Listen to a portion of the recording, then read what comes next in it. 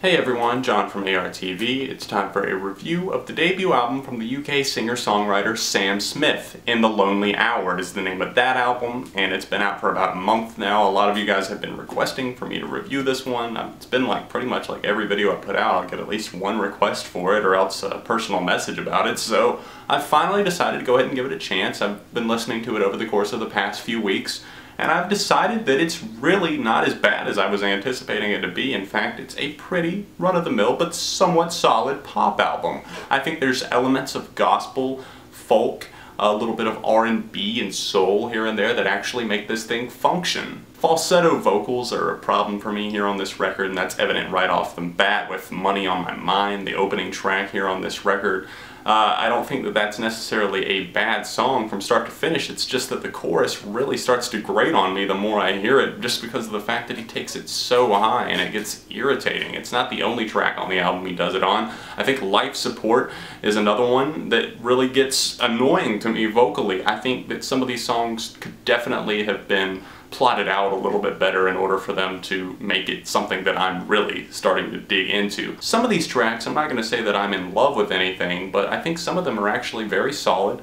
Not in That Way is one that caught my ear, as well as the single Stay With Me. Stay With Me kind of feels like a barn coming together, like raising up the walls, or even a house, like slowly getting assembled. It's a slow burner. It's something that takes a little bit of time to get there. But once that gospel-style backing chorus, everything comes together, I think that track works pretty well.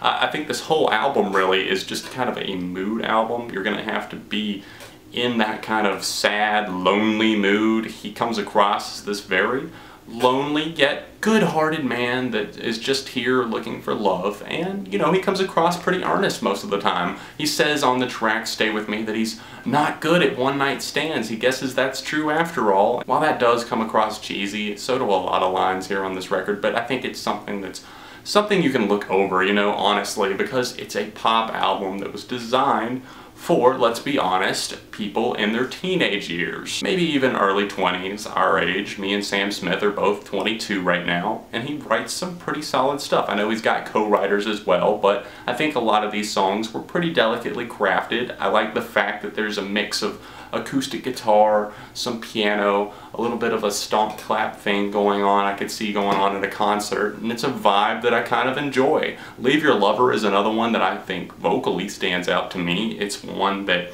I didn't necessarily come around on first listen, but with repeated listens and a couple of weeks later it's turned into one of my favorites on the record. Possibly my overall favorite though is I'm Not the Only One. It reminds me a lot of an acoustic singer that I like a lot, Landon Pig. I think he's a very talented singer, and I think that Sam Smith kind of did a dead-on impersonation of him almost with this track, even downright to the musical structure of this track. Everything about it, the guitar, the piano, his vocals, everything about it kind of works together and seems very inspired by Landon Pig, and I think that's a very cool thing. Then there's your crappy filler tracks that are found on a lot of pop albums these days. Really, it's just 10 tracks on the standard edition, and probably about half of them feel kind of forgettable. Lay Me Down, Life Support, I already mentioned that one, and the vocals getting annoying. Lay Me Down is a rather somber closer that really just doesn't stir any kind of emotion or feeling from me at all. I think Good Thing is another one that kind of gets on my nerves after repeated listens, just because of the fact that I like it musically a whole lot, and I like the guitar pattern on that one. It's just that Sam didn't feel like he was doing anything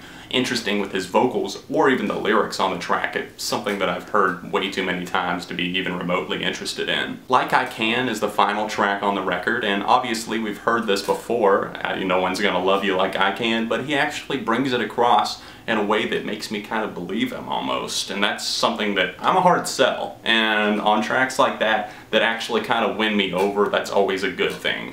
I think that this album, like I said, is kind of split down the middle between tracks that feel lackluster and ones that actually feel like pretty decent pop songs that a lot of people are going to relate to. It's not your best album out there. It's not going to be anywhere near my year-end top 15 albums of the year list. It's a decent vocal pop album that I think some people could enjoy. And if you want to hear it, I'll link to it. You can stream it on Spotify down below. For me, it's a 3 out of 5. If you guys have heard In the Lonely Hour by Sam Smith, let me know your thoughts in the comments section down below. You can always click right here, that'll take you to my last review, or you can click here and that'll take you over to my second channel where I do live hangouts with you guys, track reviews, everything of that nature. You can find me on Facebook and Twitter, and the links in the description down below, as well as sending me stuff in the mail at my P.O. Box. That's everything. Everything is down there, guys. Click show more and that'll show you everything in the description.